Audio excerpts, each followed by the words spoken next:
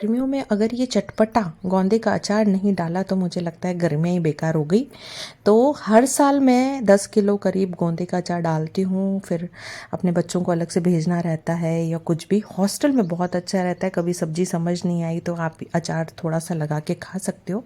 तो यहाँ अब की बार मैं डाल रही हूँ 5 किलो गोंदे और साथ में यहाँ पर कैरी लेते हैं। तो कैरी जो है वो आधी लेते हैं क्वांटिटी में। तो यहाँ पर ये वाला जो अचार है आप साल भर रख सकते हो। वैसे साल भर रखा ही नहीं जाता है, जल्दी से ख़त्म हो जाता है, इतना अच्छा बनता है। तो यहाँ पर गोंदे लिए हैं मैंने और उसकी कैप रहने देनी है और यहाँ पर इसको काट लेना है। ऊपर से डंखल निकाल देना है, मतलब उसका जो स्टेम होता है ना वो निकाल देंगे हम यहाँ पर। और ओपन नहीं करना है, मतलब उसकी कैप को ओपन नहीं करना है, क्योंकि हम लोग है ना कैप को ओपन करना पसंद नहीं करते, क्योंकि फिर है ना उसमें तेल चला जाता है।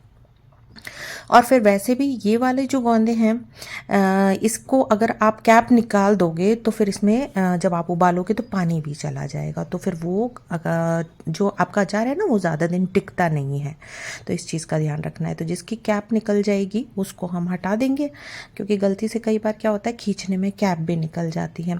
तो ऐसा अगर होता है तो फिर हम उसको साइड में रख देंगे। फिर मैं उसकी क्या करती हूँ, सब्जी छौंक लेती हूँ। सब्जी भी बहुत अच्छी लगती है।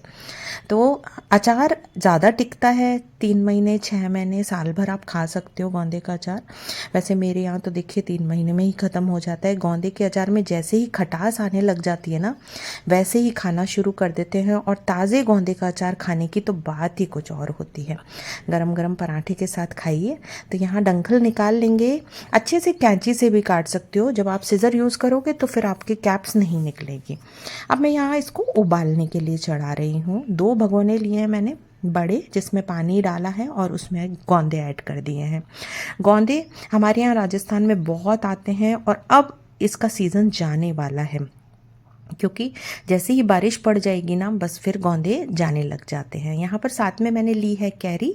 कैरी जब आप चॉइस करते हो, बाज़ार से लाते हो, तो इस तरह से कुछ उसमें मार्क नहीं होना चाहिए। और हाथ से जब आप दबा के देखोगे तो आप ये देखोगे कि सॉफ्ट होनी नहीं चाहिए कैरी, है ना, हार्ड होनी चाहिए एकदम। अब यहाँ पे जब गोंदे उबल जाएंगे हमको पता कैसे चलेगा, उसका जो ऊपर का लेयर है वो हल्का सा येलो होने लग जाता है। तब हमको पता चल जाता है कि गोंदे हमारे उबल गए हैं, तो उनको हम निकाल लेंगे। अब निकालने के बाद इसको मैं क्या कर रही हूँ, डाइनिंग टेबल पे मैंने एक रफ़ शीट बिछा लिया है और उसके ऊपर मैं यहाँ पर इसको गोंदों को बिल्कुल, हमको इसमें से पानी सुखा लेना है ना। तो एकदम मैंने यहाँ पर गोंदों को टेबल पे छोड़ दिया। सुबह से शाम तक के लिए छोड़ सकते हैं, अगले दिन तक के लिए छोड़ सकते हैं और गोंदों को यहाँ ड्राई होने देंगे। अब मैंने यहाँ पर कैरी ली है, कैरी को मैंने छील लिया था। कैरी को बहुत ध्यान रखना है, क्योंकि कैरी क्या है, ढीली पड़ जाती है, बहुत जल्दी ढीली पड़ती है। तो जब तक आप गोंदे सुखाओगे आपकी कैरी ढीली पड़ जाएगी 1.5 दिन में। तो ये ध्यान रखना, या तो पहले गोंदे सुखा लो, फिर उसके बाद कैरी को कस लेना है हमको ग्रेटर से। जो बड़ा वाला ग्रेटर होता है ना उससे कस लो कैरी को, तो लच्छे मुंह में आते हैं तो बहुत अच्छे लगते हैं। और कैरी को मैं तो कस के डालती हूँ, कई कई बार काट के भी डालते हैं, तो बारीक कटिंग करके भी डाल सकते हो। उसमें मसाला मिला के रख दो, जिससे वो आपकी जो है मतलब एकदम ढीली नहीं पड़े, वरना वो पकने लग जाती है कैरी। अब मसाला जो मैं लेती हूँ तो 5 किलो के हिसाब से देखिए आपका मसाला मैं हर 200 ग्राम ले लेती हूँ हर एक चीज़। तो यहाँ पे राई ली है, जो पीली वाली सरसों होती है ना वो लेंगे। सौंफ लेंगे जो कि दरदरी होनी चाहिए, और दाना मेथी ले लेंगे, उसको भी आप यहाँ पर साबुत डालोगे। उसके बाद हल्दी पाउडर, लाल मिर्च पाउडर और नमक लेंगे। नमक को आप अपने स्वाद अनुसार ले सकते हो। हींग बहुत ज़्यादा अच्छी रहती है, हींग डाल दीजिए और कलौंजी ऐड कर दो। इन सबको आप मिक्स करके रख लो एक बोल में, और फिर उसके बाद यहाँ पर आप लेयरिंग करो। लेयरिंग करने के बाद हम इसमें जो है धीरे धीरे लेयरिंग करेंगे। मसाला हर एक के पास पहुँचना चाहिए।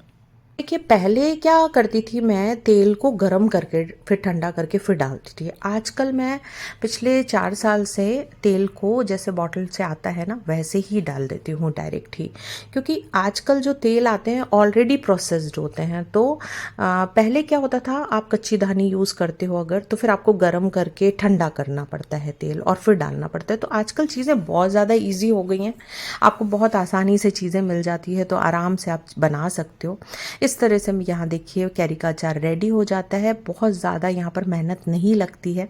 इसको डेली हिलाना है, इस चीज़ का ध्यान रखना है। तो मैं तो डाइनिंग टेबल पे रख देती हूँ जिससे याद रहे, डेली हिलाना रहता है इसको।